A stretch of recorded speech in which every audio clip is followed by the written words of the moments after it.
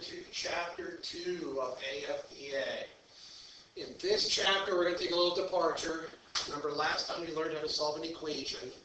In this chapter, we're going to talk about graphing equations, specifically linear equations. So the whole unit is linear equations, and we're going to use that word function there. And remember that function is basically an equation.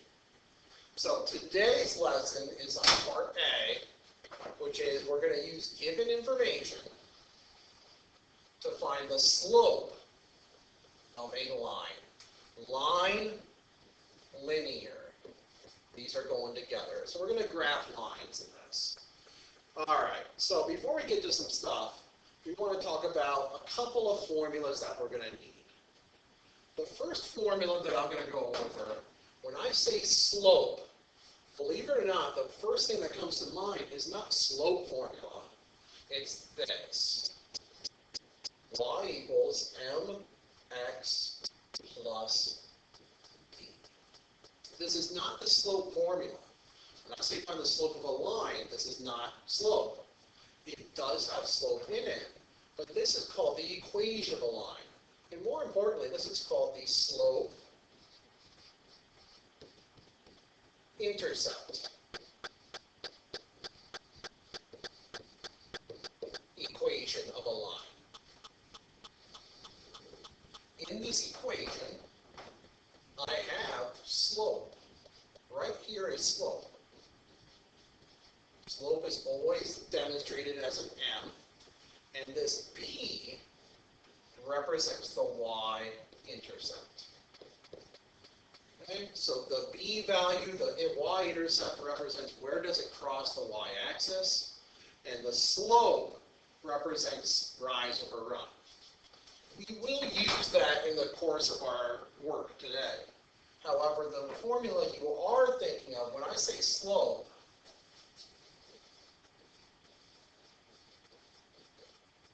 we already know from this other equation over here that slope is m. So our equation on this other side on the right is going to be m equals. And what does that look like? Well, what we do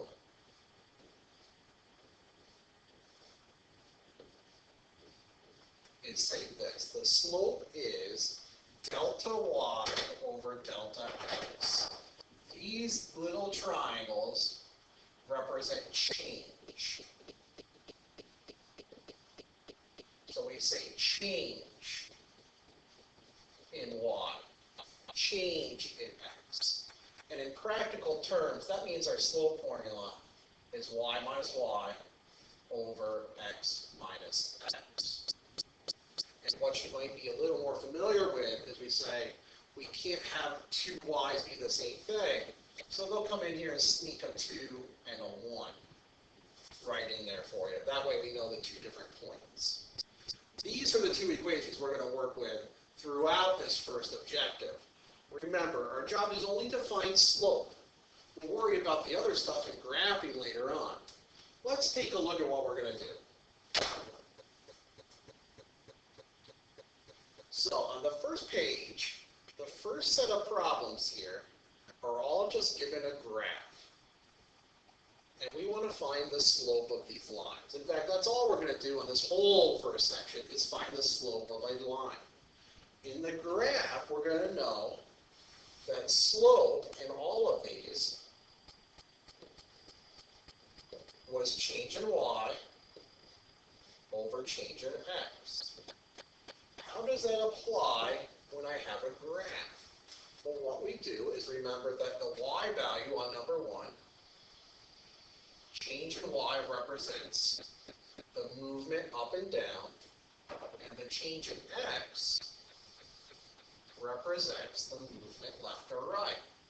So we can swap out our formula here just with a different color to do it a little more visually.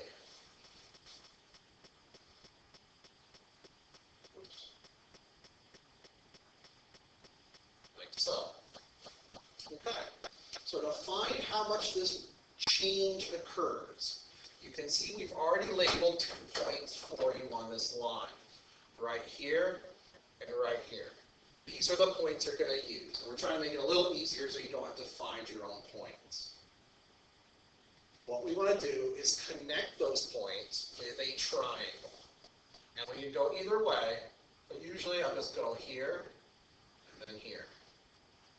And what we've done is made a triangle that clearly demonstrates how many units left, right, in the green, and how many units up and down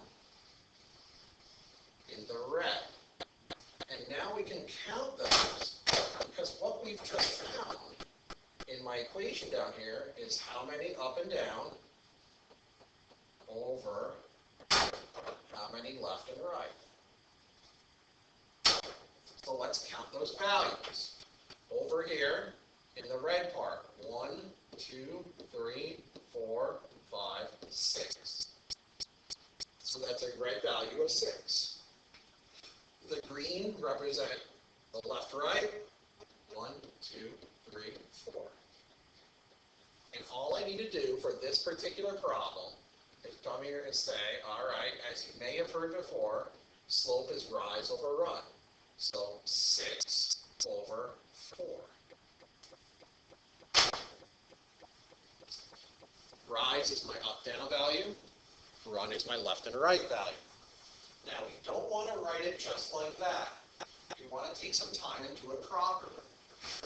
So, the next thing I'm going to have you do is bring up our calculator. And in our calculator, I want to take this fraction and type it in. So I want to do 6 divided by 4. Now we can see that gives me 1.5. We want our answer as slope, but we want to simplify that. So what we can do is go to math, and this first option right here is going to be our convert to fraction button. And if we just hit that, we can see what's set up. It's going to take this answer and convert it to a fraction, like so. And you can see in the process of doing that, I've also simplified my answer. So rather than put 6 over 4, I'm going to want to say that the slope is 3 over 2.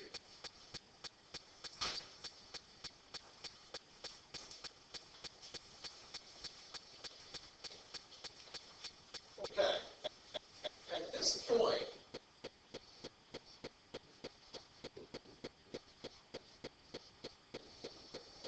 there's my slope. Now, something we have not discussed is going to come up in number 2. Let's go through the same way. Let's connect our dots. Here's my rise. Here's my run.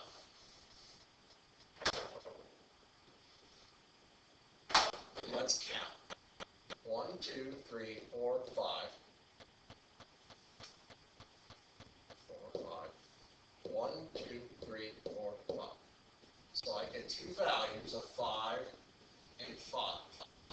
And I can come right here and m equals 5 over 5. If I put that into my calculator, if we don't know that, 5 divided by 5, this gives me a slope of 1. There's a problem with this. Look at these 2 graphs. In the first graph, my slope is clearly going up. In the second graph, my slope is clearly going down. You need to denote that in your slope by saying this is a negative slope. So the slope is negative 1. And that's my answer. M equals negative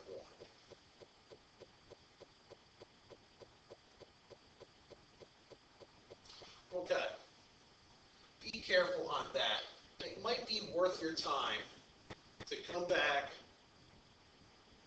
and give a separate note here.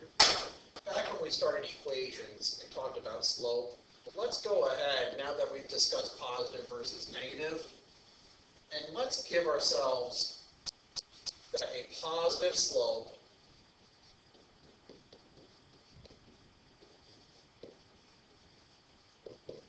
will be a slope that on my graph rises left to right.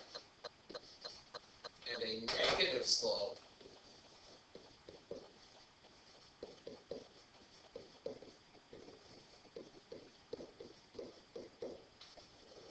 is going to be a slope that falls left to right, like so. It's good just to have those examples, because if you don't put that negative sign, like we did earlier, so if you don't have this negative sign right here, that's going to be the wrong answer. If you have the negative sign, it will be a correct answer. So be mindful of your positive versus negative slopes. Okay, and you can see, just for the sake of doing it here, that in number three is definitely going to be a positive slope. Number 4 is definitely a positive slope. I'm going to leave these to you to go ahead and do and practice with in a second. When we go to the next page, we can see that 5 is most definitely a negative slope. 6 is for sure a positive slope. So your answers want to match those values. Now that's how we're going to get it from a graph. As you can see, when we come down to 7 and 8, we now shift gears a little bit. I'm giving you just pure 2 points. So rather than think of slope as rise over run, we're going to have to go in a different option. When we get here, I'm going to pause the video, take a moment and finish the problems that I just went over. And when you're ready, we'll go ahead and click on part 2 of this video to get started on just the 2 points.